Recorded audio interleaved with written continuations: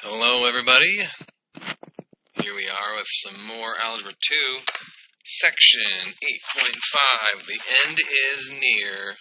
We're almost there. 8.5 and 8.6 to go here, kids, and then we are done. Alright, we're learning about variation functions. Emphasis on the fun.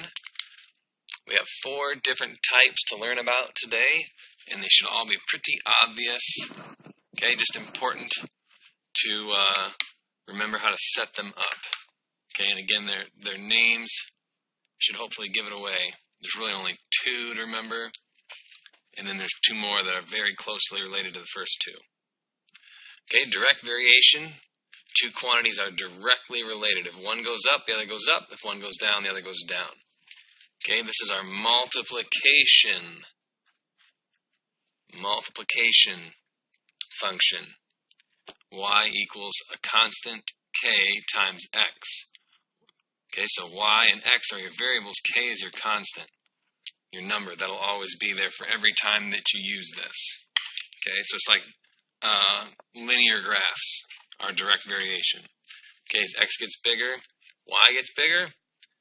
Okay, or if x gets bigger, or if x gets smaller, y gets smaller. And then if we do the negative one, that's kind of our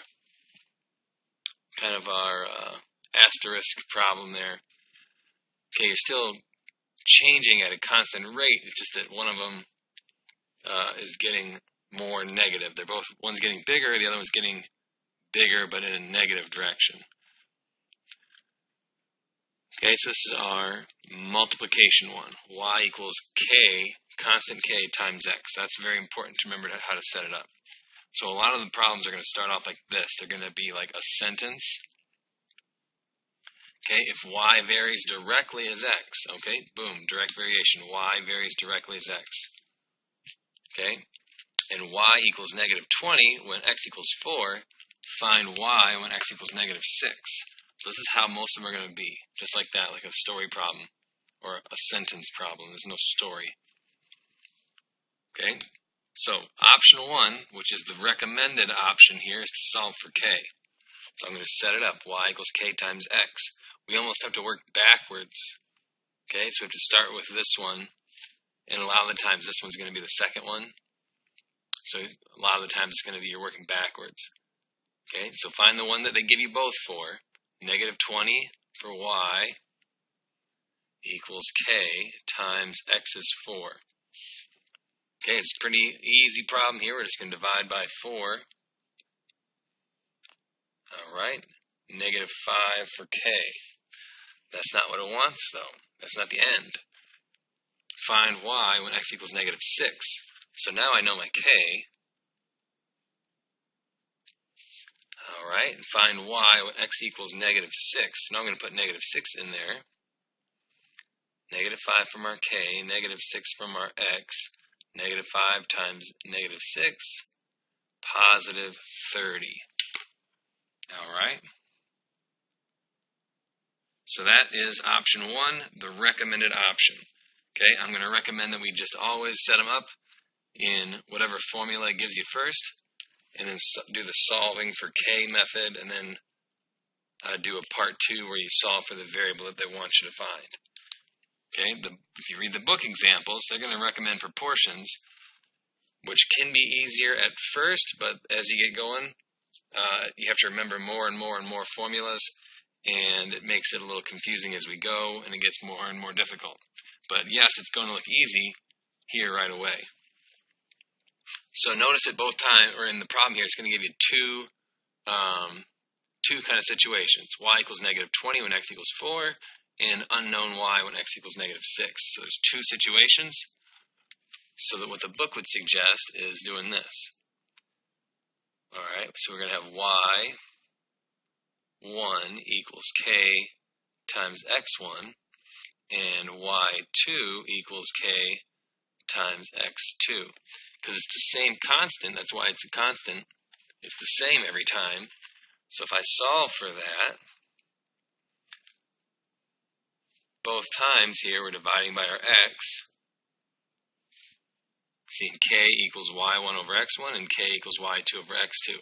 So since k is the same thing, you can kind of transitive property from geometry. This equals a k and this equals k. So these two things have to equal to each other. We can set those two things equal to each other and solve. So this gets a little complicated, which is why I recommend this. It's just very straightforward.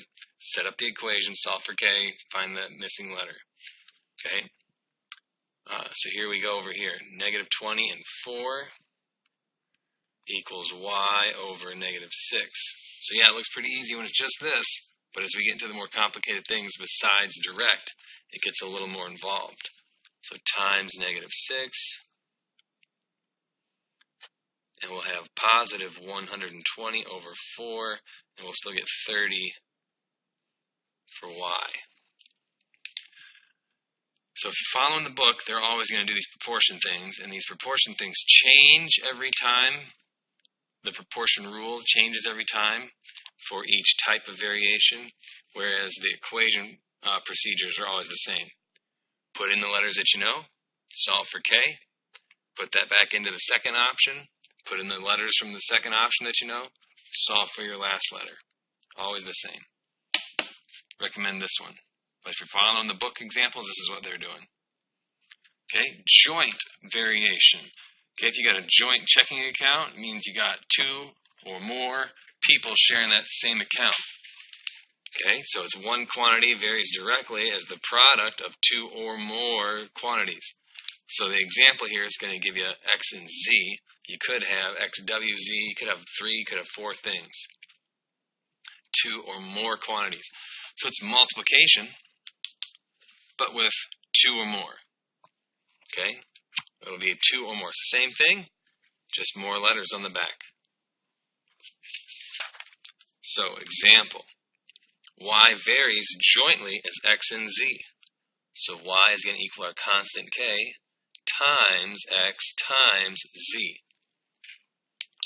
Find y when x equals 2 and z equals 8 if y equals 70 when x equals 10 and z equals 4. So this is kind of what I was hinting at before. Most of them are going to give you the full one at the end.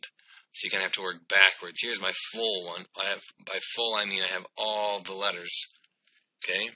So this is the one I'm going to use to find k, because this one's going to give me everything except for k. So I'm going to use this to find k, and then put those in there with it afterwards. Oops, sorry.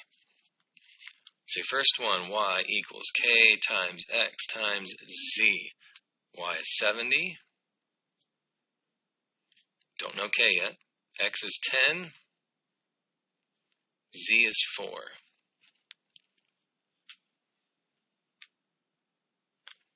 All right, 70 equals 4 times 10 is 40k.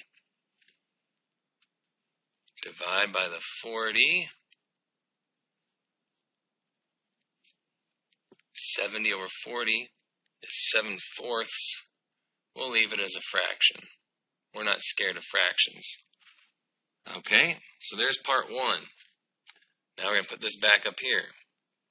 I know what k is now. Y equals 7/4 times x times z. So now I go into the one that it's asking me to find y. Find y. So y stays empty there. 7/4 when x is 2 and z is 8.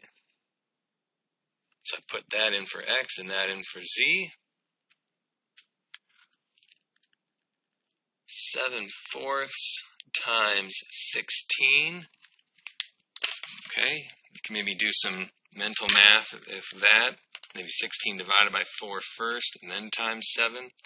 Or just type in your calculator. 7 divided by 4 times 16.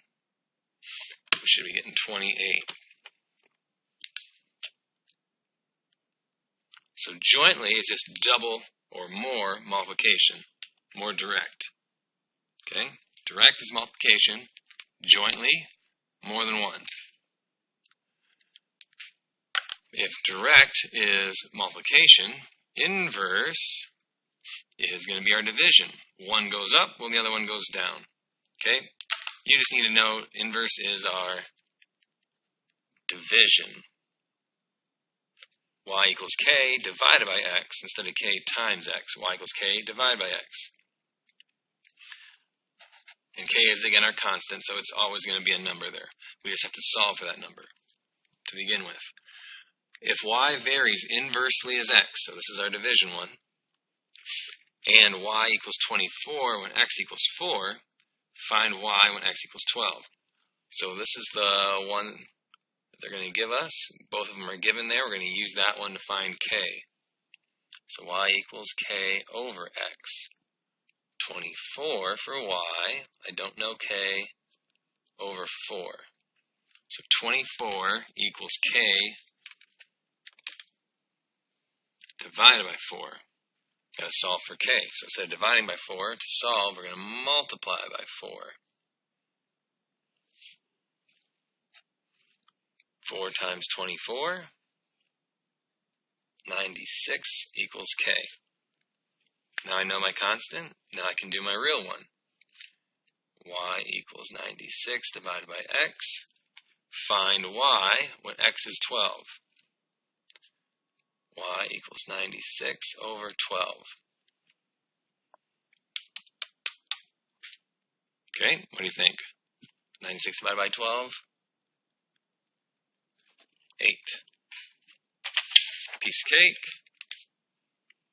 And again, if you're going to read through the book examples, they're going to show you those proportion things, and those proportion ones change for each one. The setup changes.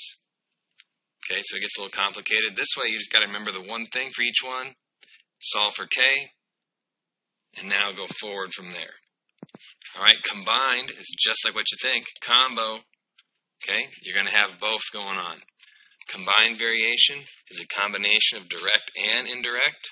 So you're going to have letters on the top and letters on the bottom. The top ones are going to be your direct, and the bottom ones are going to be your indirect or inverse. Okay? So if your problem says P varies directly, whatever this one is first, this is the one that's going to be all by itself by the equal sign. P varies. So P equals directly as R. So directly was K times R, and inversely as T. So inversely goes on the bottom. So very important to pay attention to direct and inverse. Okay, direct goes on top, inverse goes on bottom. Find P when R equals this and T equals this if, so this is the one that's going to get us started, P equals 4,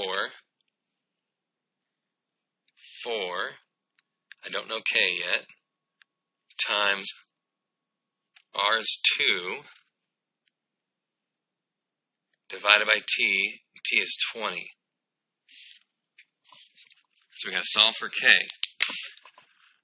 So I want to multiply by 20 first. Okay, 20 times 4 is 80. All right, we can probably figure it out already here. Divide by 2, divide by 2.